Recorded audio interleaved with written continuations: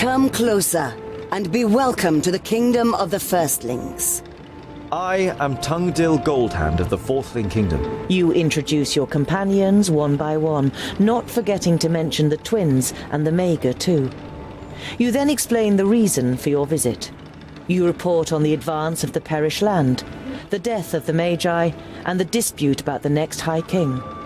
The dark brown eyes of the Queen fix on you for a moment before she speaks. What you report sounds very serious, Tungdil. You can be sure of the support of the firstlings. How may we assist you? Well, that was easy. Also, Boindle's stuck going like, my gender norms, what am I gonna do? There is only one way to defeat Nodon. Keenfire. To forge it, we need the best smith your kingdom has to offer. Help us, and thus help your kingdom, my queen. The Queen considers, then nods. So be it. Could there ever be a better time to revive the old commonality of the kingdoms? Balyndis here is not only my best warrior, she is also my best smith. She will accompany you. Your eyes fall upon Balyndis, and you notice the blood rushing to your cheeks. I will do my best. You can trust in my axe and my hammer. That seems oddly unrealistic that she'd be your best of multiple kinds of things. That's usually not how specialization works. She kind of gives her, that character, like a Mary Sue feel. We must continue on our journey to the Fiftlings in the Grey Range. Then I will show you the entrance to the tunnels. You will be in the Perish Land within a few orbits. You know the tunnels, but still the Firstlings live in seclusion. Our isolation was self-imposed. My mother knew that the other kingdoms would not simply accept her as the queen. She wanted to give them time to get used to it. Your Highness, in the name of the Council of the Kingdoms, I request that you send a delegation to the Blue Range to take part in the discussions. We all have a common enemy. There has never been any enmity between my kingdom and the others. It was more neglected friendship and habit that has made us strangers to one another. As soon as you set off for the Grey Range, we will head east to see our brothers and sisters again. I will have rooms prepared for you and your companions so that you can rest. It has been some time since we have had guests, but we still know what hospitality means. Come to me when you are ready to depart.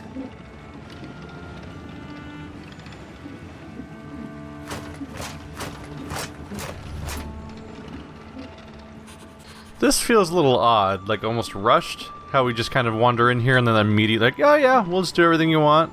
Here's our best smith, over with. Yeah, like it was over in like a few lines of dialogue. Maybe I'm just too used to the concept of there always being a complication to worry about, but it just seems a little odd how easy this was, perhaps. Yeah, let's check in with our party members.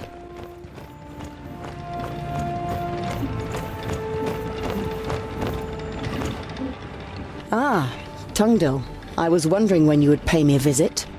I thank you, and Jeroen, you appeared at the right moment. May I, ask why? It was down to you. Your speech about the responsibility I owe to my realm. Lot Yonam was a good teacher. Her face darkens when she thinks of her old companion. There are 100 reasons that Nodon deserves to die. That is why I went back to the Secondlings and took another look through the books.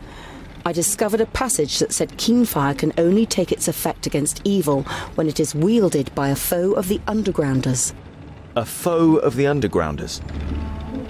It's going to be difficult to persuade Nork to help us. I didn't mean to eavesdrop, but I think I might have an answer to the problem. The Alpha are also your foes, aren't they? What the... Half human, half elf. My mother bequeathed me her gifts and her weapons. I got very little from my father, but his eyes are an advantage.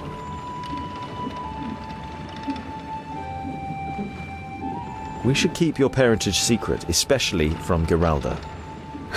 I'm in no doubt that the Alpha did terrible things to her, and I'm not keen on letting her kill me.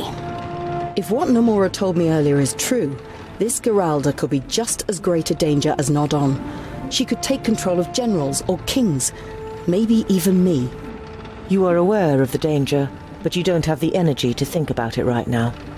You push the problem aside. Then that's agreed. We will keep Namora secret to ourselves.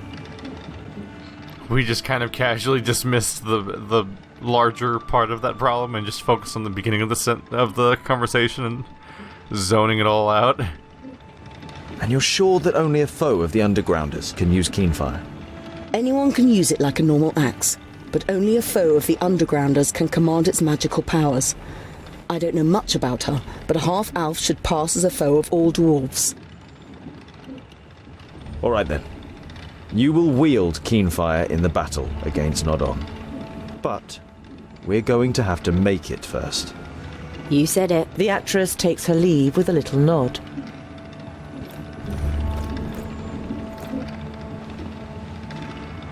How are things with Jarun? Could you help him? He's doing well. He should be back to full strength after some rest. You still don't know what kind of being is hidden under the armor, but the Mager's powers seem to have done a good job. The firstlings have offered to improve his armor, and when one of the best smiths in Girdlegard offers something like that, you should definitely take them up on it. How are you and your powers? You look a little exhausted. I won't lie to you. It has already been too long since I was in a place where I can draw new strength. My power is trickling away like water from a leaky pipe. Is that perhaps a way to weaken Nodon? No, I wouldn't count on that. Even if we could keep him away from the magical realms, the being that lives within him has given him unknown powers. How was Synthras able to overcome your shield? Can Alfar use magic? No, certainly not. I don't know much about their people, but I think they have innate powers. Conjuring darkness, extinguishing fire, changing dreams. Little things that fill humans with fear and ensure the potency of terrifying legends about their people. Syntherast used a trick, not a spell. We killed 2 Alfar near Sovereignstone.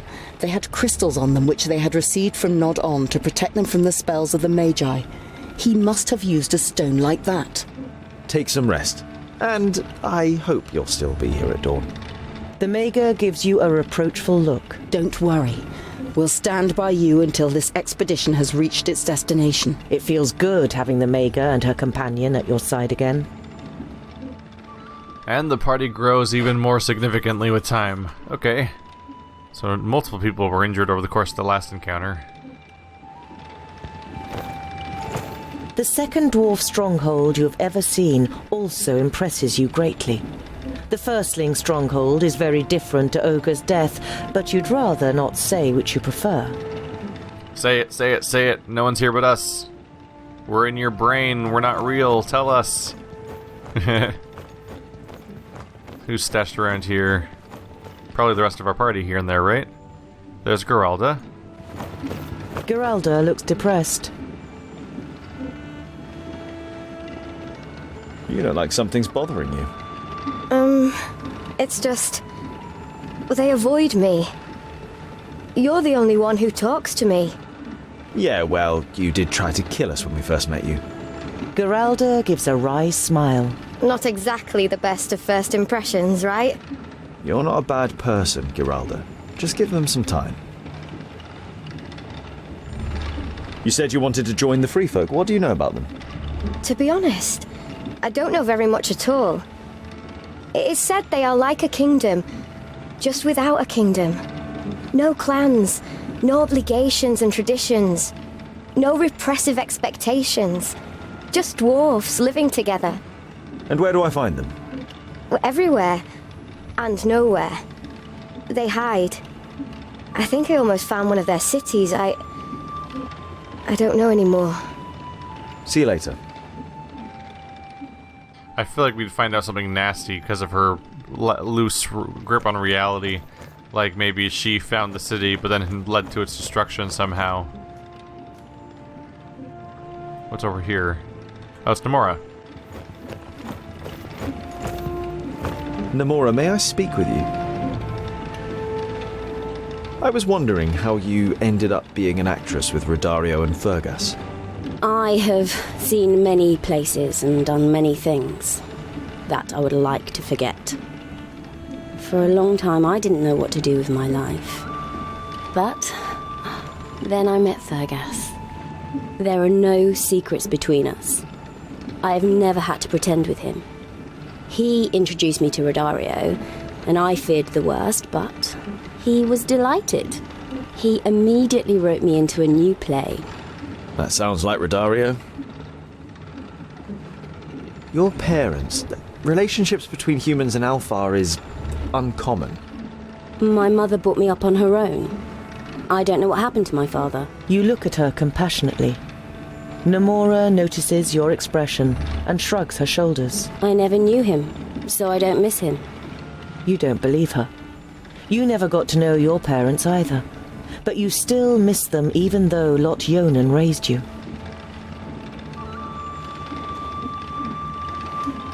This might be a strange question, but do you sometimes wish... That I wasn't half elf? Of course I've thought about it. But what's the point? This is how I was born, how I am, and it's something I can't change. And well, perhaps it might now serve some benefit for the first time. My heritage could be the key to saving Girdlegard. See you later. It is rather lucky. We just happened to conveniently picked up one person of the exact race that we need to proceed. I take it I can't get past these guys? Nope. We're having our Mass Effect style, like everyone hang out and talk to the party members and catch up with everybody one by one moment. The dwarves are missing, though, unless they're somewhere else. It is simply legendary. No, it is mythical. We definitely need a large theatre so we can convey the impression of this grandeur to the spectators. It's going to be difficult, but we'll manage it. But it will be more expensive. It would appear you like it here. Like it? It is fabulous. I almost feel like giving up. Not even the best of illusions could possibly imitate this. But say, what brings you to us, Tungdil?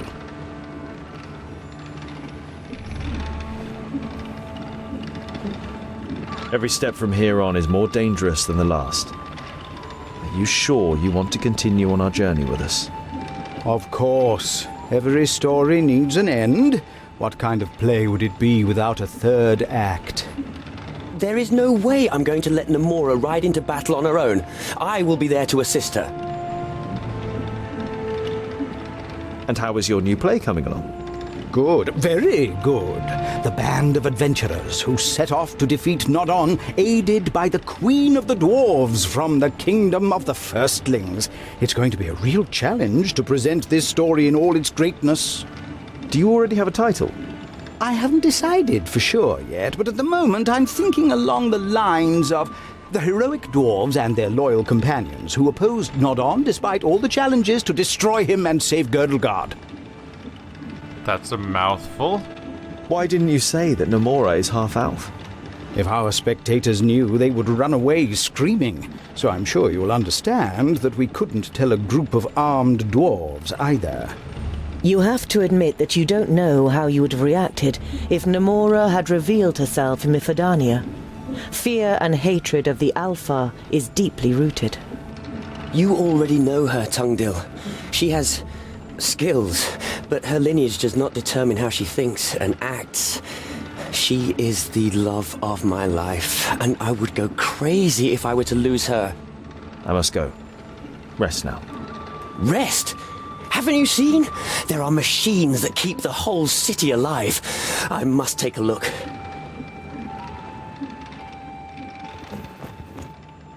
Word seems to travel fast, huh? We just talked about the idea of her being the one who wields the weapon, and people from across the entire town are already aware of that and talking about it independent of me bringing any of it up.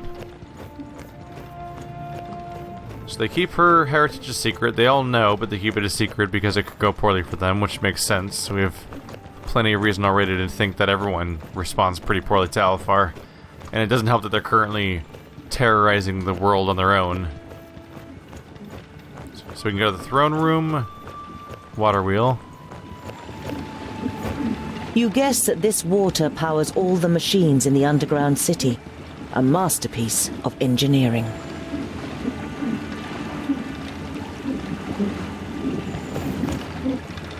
Hello. What is it, Tundle? It would seem that a lot of important positions are occupied by female dwarves in the Firstling Kingdom. Is it not common where you come from that men and women share the duties? Of course. Among the humans and the secondlings, the women help out in the house so that the men have time for their duties. That's how it is written in the books, too. Here, posts are assigned according to the skills of the applicant, not gender. It's only natural that the most important posts are occupied by women. She winks at you and gives you a knowing glance, although the whole thing still befuddles you.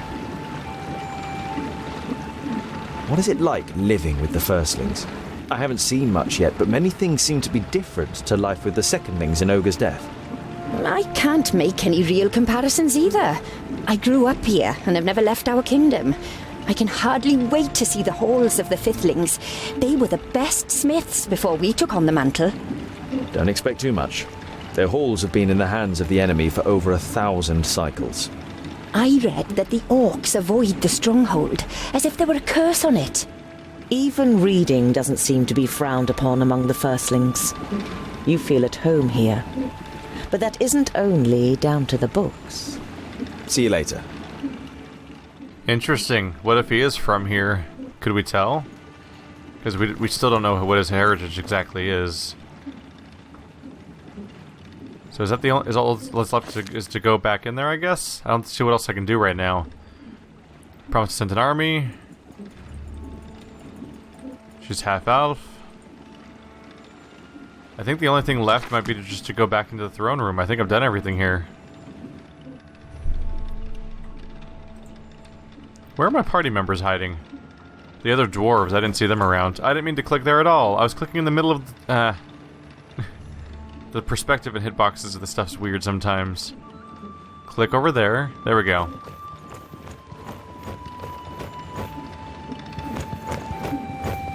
You have never seen such an open, light and airy construction.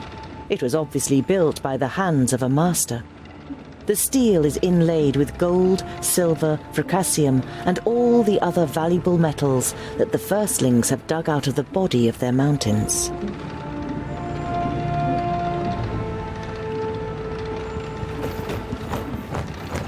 The royal guards are dressed in magnificent armor. Not only can they fight effectively in it, they also don't look out of place in the throne room. Tungdil, you're kind of invading some personal space right now. I don't know if you noticed. How do I highlight that thing? I clicked past it. I don't know how to highlight... Oh, no, I had it for a second. Oh, you have to... So the hourglass is there, but you have to aim way up here. And it still didn't work. How do you click on this thing? The walls are all covered with gold leaf, reflecting the warm light of the candles and chandeliers. You have never seen a room like it before. You couldn't even have imagined something like this. It's like some sort of insane, like, Escher organ situation. Like a church organ, but the most ridiculous, like, almost... It's like one you would see in a Final Fantasy game. The throne appears to be forged of pure steel. You involuntarily search for impurities or defects, but the smithery is impeccable.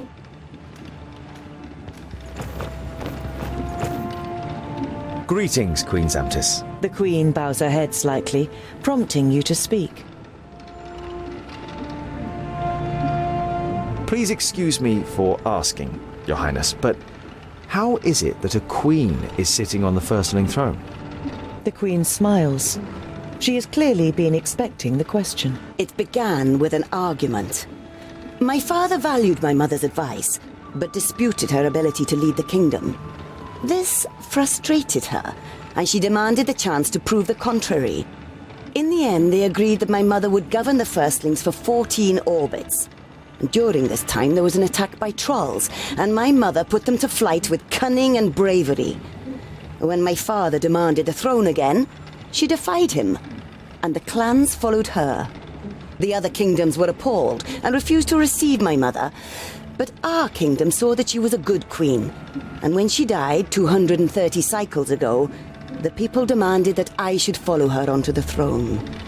Your Highness, with your permission, I will take my leave to prepare for the journey. Of course. Let me know when you are ready. And there we go. Question answered. It's just completely merit-based, which is the same that we've heard elsewhere, too. So what am I missing here? Throne room, sure. At this point, I'm just missing something major about how to proceed, right? Should I look at the lift? The inventiveness of your people still impresses you, and fills you with pride for being a dwarf. Now we're rooting for teams, basically. So I'm at a slight loss, because I feel like there's nowhere else to go on the map, right? I can't walk past any of these dwarves that block my paths. I've already taken the elevator, I've talked to everybody. Oh, the sick room. Oh, right. So I can walk through that door past those dwarves, which is probably where all the dwarves in my party are currently hiding out. Tungdil. How is he? He's lost a hell of a lot of blood. The crazy glint in Boindale's eyes has given way to serious concern. I'm doing fine. You must rest, brother. Stay on your back so the wounds can heal. Fortunately, he hasn't lost his pig-headedness. As long as he has that, he'll come through. Boindale forces a grin, but you can imagine what he's really thinking and feeling. I don't know much about medical anything, to be honest, but just as a vague guess, should he be laying on his back? Maybe he should be laying like forward or something, just because the wounds are on his back and putting pressure on them. I don't know. Actually, I don't know. I thought Antikai was going to look after him. Didn't her magic help? We don't want her help. Magic is no use. And we certainly don't want anything to do with Samerson. You know there is no point arguing with the twins about magic. There is too much of a fine line between conviction and stubbornness. Boindale would rather die than be healed by the Mager. We'll have to go on without him. He won't manage more than 100 paces without dropping down dead the state he's in. No! I'll manage, Scholar. Just give me 2 orbits, then I'll be fine. It's just a scratch. Boindale tries to stand up, but he doesn't have the strength. You shake your head. Stay here and recover, Boindale. We'll meet you again in time for the big battle against Nod-On. You have done your bit. But where one of us is, the other is too. It is the greatest deed that has ever been carried out by our people. Oh. It would seem you are right, Scholar.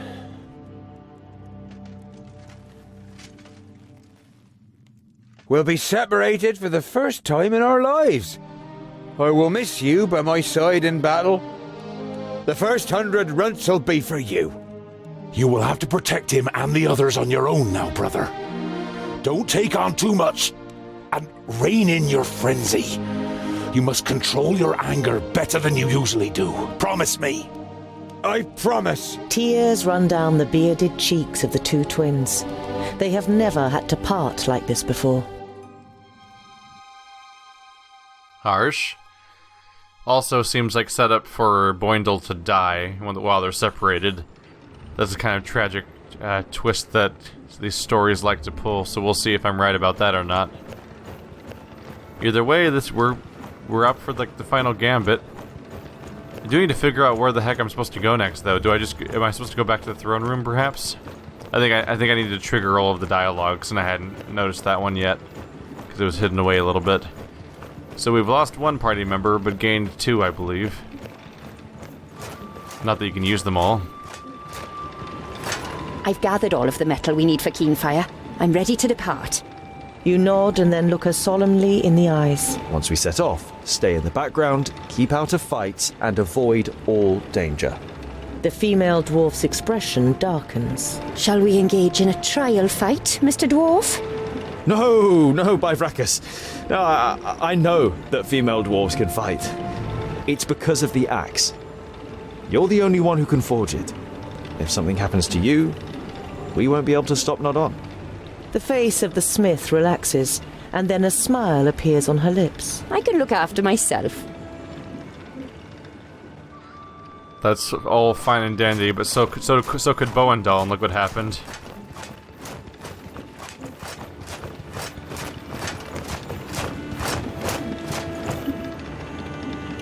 Greetings, Queen Zamtis. The queen bows her head slightly, prompting you to speak.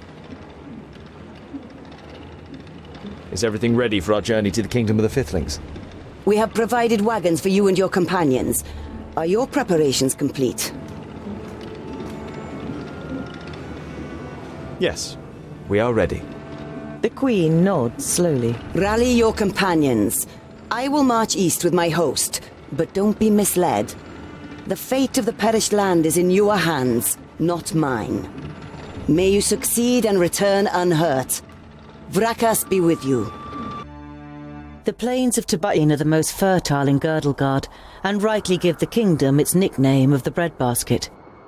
The east of the land has been in revolt since the perished land advanced, and the peace seemed to have broken in the heartland too, as a group of strangers crawl out of a hole in the ground. Why don't we just look for a tunnel that hasn't collapsed? And what if we don't find one? If we're overground, we at least know that there's a way, even if it's dangerous. Let's go. Oh, Tungdil hit level 9. A few people leveled up, actually. A decent chunk of them. And this party got real crowded. So now we lost one party member, but gained 3. Because we have the new dwarf, and then with the magician duos here, too.